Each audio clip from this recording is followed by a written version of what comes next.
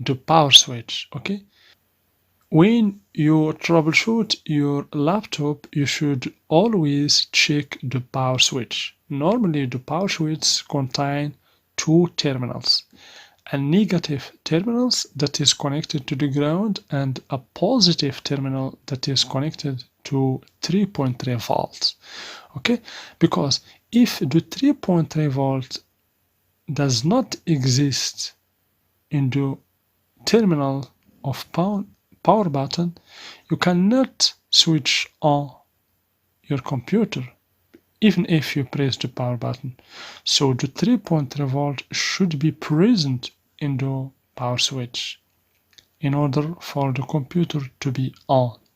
Okay, so always you should check the terminals of the power switch. You should find 3.3 volts in one terminal.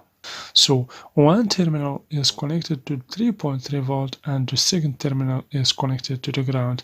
I will show you the schematic or the circuit diagram of the power switch. As you can see here, the power button or the power switch. Okay, I will show you right now its circuit diagram.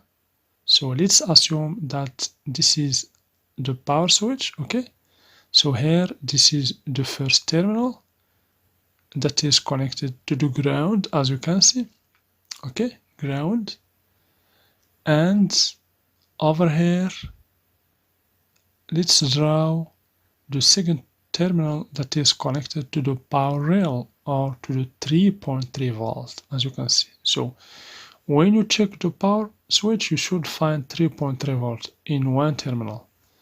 So when you press the power switch, the 3.3 volt will be 0 volts because you connect between the power rail and the ground. You will get 0 volt and the laptop will be on. Okay, so if you don't find when you check one terminal of the power switch 3.3 volt, means the 3.3 volt is missing. If the 3.3 volt is missing, you cannot switch on or power on your laptop.